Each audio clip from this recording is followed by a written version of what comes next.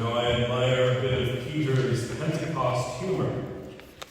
After people are complaining that the audience is drunk, and that the disciples are drunk because they are filled with the Spirit, what is Peter's quip? It's only 9 a.m. in the morning. That comes later. The fact of the matter is, when it comes to language about the Spirit, it is a challenge for us. Water, fire, water, oil, light, and language, such as advocatus. What does it all mean? Who is this Spirit? How are we to measure the many faces of this Spirit? Well, for one, I believe that we need to examine these stories. Perhaps we grew up in church with them, hearing them throughout the liturgical year, not through our American ears and American eyes, but to try to place ourselves aboard that cosmic time machine and to hear them perhaps as the original audience. Well, that brings us to the question of fire, doesn't it? What is up with the tongues of flame? Well, for one, the setting. The disciples are gathered in the upper room. The same room where Jesus shared his last meal with his disciples. The same room where he appeared resurrected to them. The same room where he ate and drank with them for 40 days before being taken up. And it is in that upper room that the disciples, women and men, have been praying diligently, expecting the promise, as Luke reminds us, from the Father. The promise of the Spirit. Well, outside there is a Jewish festival going on outside those doors. The festival is called Shavuot. And on Shavuot, the Jewish people then, and still do, celebrate the coming of the fire of God.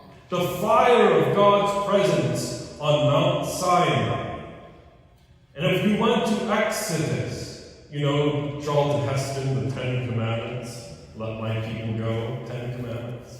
If we went to that scene, we would see billows of smoke, wind, and flame descending on that mountain. And there was a word on that mountain. And God heard God's own speech at the foot of that mighty peak. Except, how did the people react? Did they scream, hallelujah? Thanks be to God, let's have a revival tent meeting today? No. They said, Moses, we don't want to talk to you, go talk to God. We're scared. And so the fire descended into the place where God chose to meet God's people, into a tent called the tabernacle. And that tent eventually became the temple in Jerusalem, a building made with human hands. And there the fire of God's presence resided, accessed only by the priests. Although now and again the fire would descend on a prophet who would speak for God's chosen people against tyrants. So all the people outside are coming from every nation. Asia, African nations, European nations, all coming to celebrate this Jewish feast of the coming of the good law, the Torah.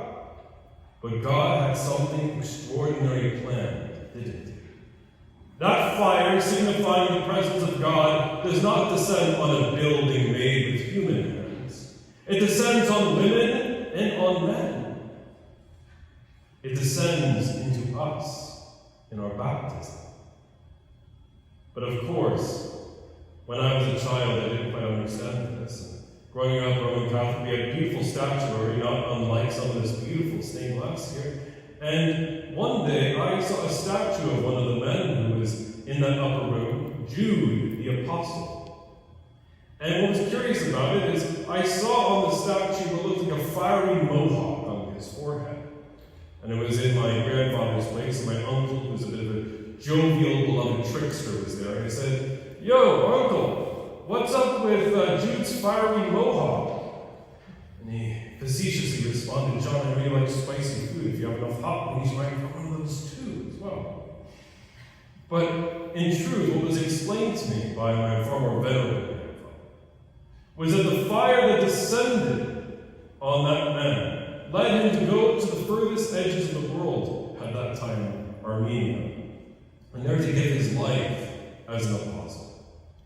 Now, whether this is so or not historically, let's bracket that. What's clear is the women and the men who received the Spirit that day became temples of God. And they went out filled with the Spirit to not just the Jewish people, but also to the Gentiles. To you and to me, our ancestors, so that we all could be gathered into the fulfillment of God's holy family. And therefore, built upon the Mosaic promise, built upon those foundations, God is no longer accessed only through doors, temples. Now God dwells in each and every one of you. But of course, we believe the Spirit is God. And if you've been listening closely, I've already made the elementary mistake of calling our beloved friend the Holy Spirit it, rather than he or maybe she.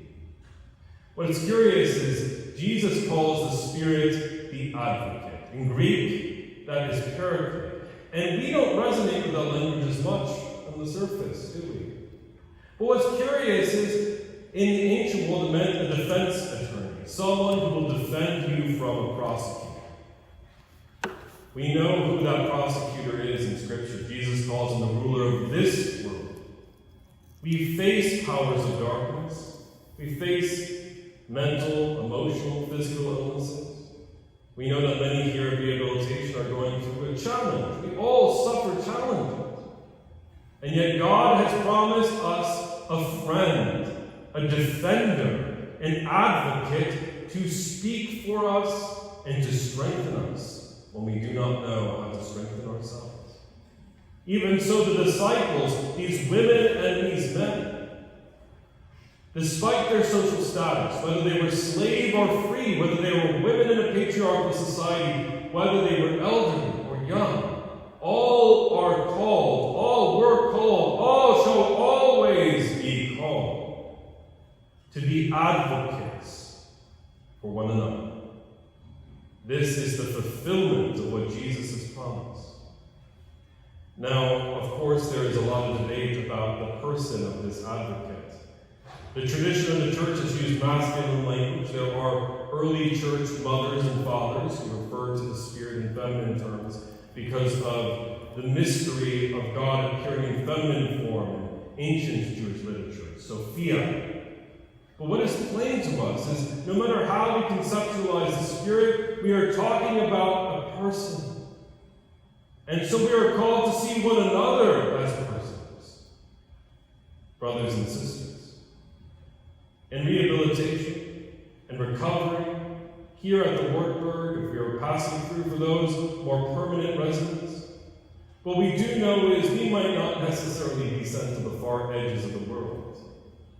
But whether it is in honoring one another in conversation, whether it is simply by offering the sweetness of companionship to one another, whether it is the service of our great heroes, our staff members, our leadership, such as Pastor Kim, and her tirelessness in advocating, we have the opportunity to recognize one another as beloved temples, as beloved children, as beloved siblings of that divine breath, that divine wind, that divine name.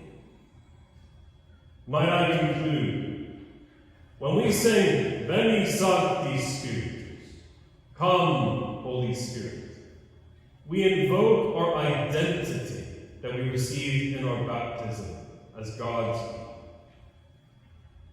let me remind us that even in our lowest points, even as we groan, as St. Paul reminds us, the truth is plain. He stays with us. He stays with us. And no matter how difficult your physical limitation is in this place at times, being blind myself, I can thoroughly relate to my own legs. One element of our relationship with the Spirit is clear. Greater is that Spirit living in us than all the challenges we have in the world.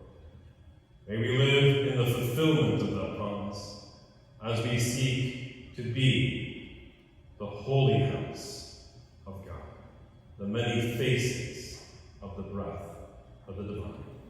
In the name of the Father, and of the Son, and of the Holy Spirit.